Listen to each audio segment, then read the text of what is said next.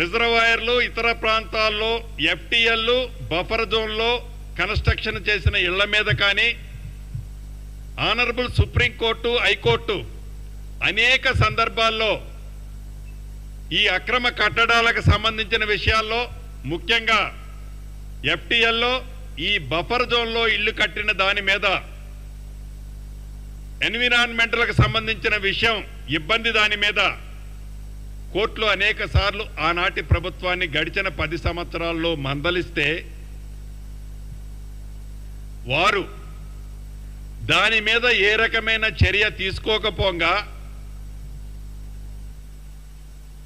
వారి కళ్ళు సైగల్లోనే వారికి సంబంధించిన మనుషులు వారి కుటుంబం వారి మంది మార్బలమే ఈ ఎఫ్టీఎల్ బఫర్ జోన్లో అనేక ఇళ్ళు కట్టిన సందర్భం మనకు తెలియంది కాదు.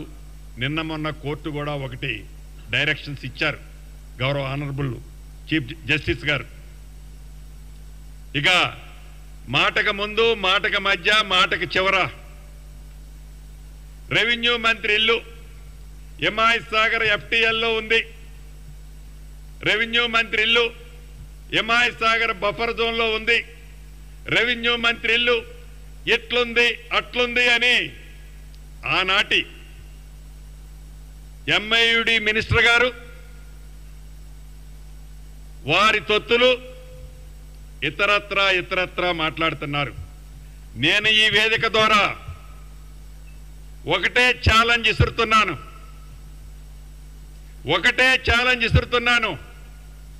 మీరు ఎంఐయుడి మినిస్టర్గా సుమారు 6-7 సంవత్సరాలు పనిచేశారు.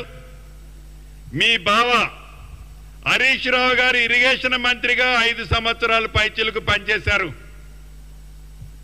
ఈ వేదిక మీద నుంచి హైడ్రా అధికారి రంగనాథ్ గారిని ఆదేశిస్తున్నాను.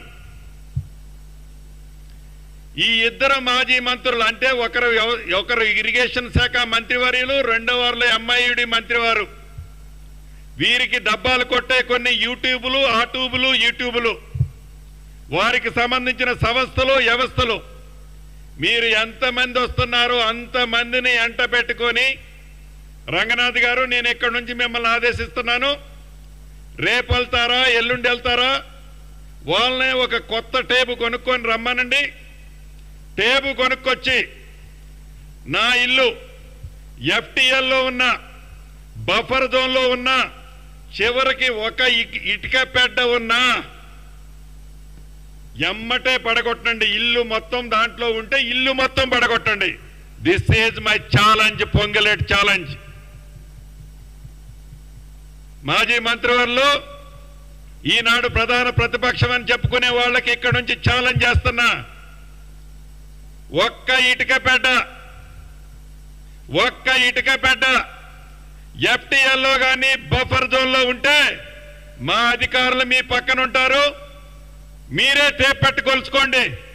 మా అధికారులు కొలిస్తే మీకు నమ్మకం ఉండదు. ఎందుకంటే నేను అధికారంలో ఉన్నా కాబట్టి మిస్యూజ్ చేశానని అనుకుంటారు కదా మీరు.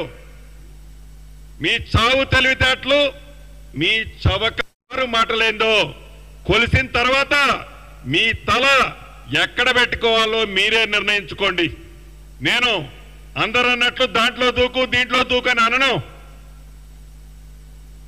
ఇది పొంగిలేటి ఛాలెంజ్. మళ్ళీ గతంలో ఖమ్మం అసెంబ్లీల గురించి చెప్పా, మళ్ళీ ఇవాళ చెప్తున్నా. ఈ రోజు కాదు, ఏ రోజైనా నీతోనో నీ మామతోనో నీ బావతోనో చెప్పించుకునే ఛాన్స్ ఈ పొంగిలేటి ఎప్పుడు ఇవ్వబోడు కూడా. గుర్తుపెట్టుకో, ఎదట వాళ్ళని విమర్శించటానికి ముందు, ఎదట వాళ్ళకి రాయేయటానికి ముందు మీ పడవ ఎట్లా మునిగింది. మునిగిన పడవని ఏదో తాపత్రయపడి లేపటం కోసం, ఏదో చేయటం కోసం, నీ ప్రతిపక్షాన్ని హోదాని కాపాడుకోవటం కోసం మీరేదైతే తాపత్రయపడుతున్నారో దాన్ని ఒక రెవెన్యూ మంత్రిగా నన్నేదో ముందు బూచిని చూపించి ప్రజలని మభ్య పెట్టాలని చూస్తున్నారో నేను ఛాలెంజ్ ఇసిరాను. నేను కూడా రాను, మా అధికారులు వస్తారు, అధికారులను ఆదేశించాను.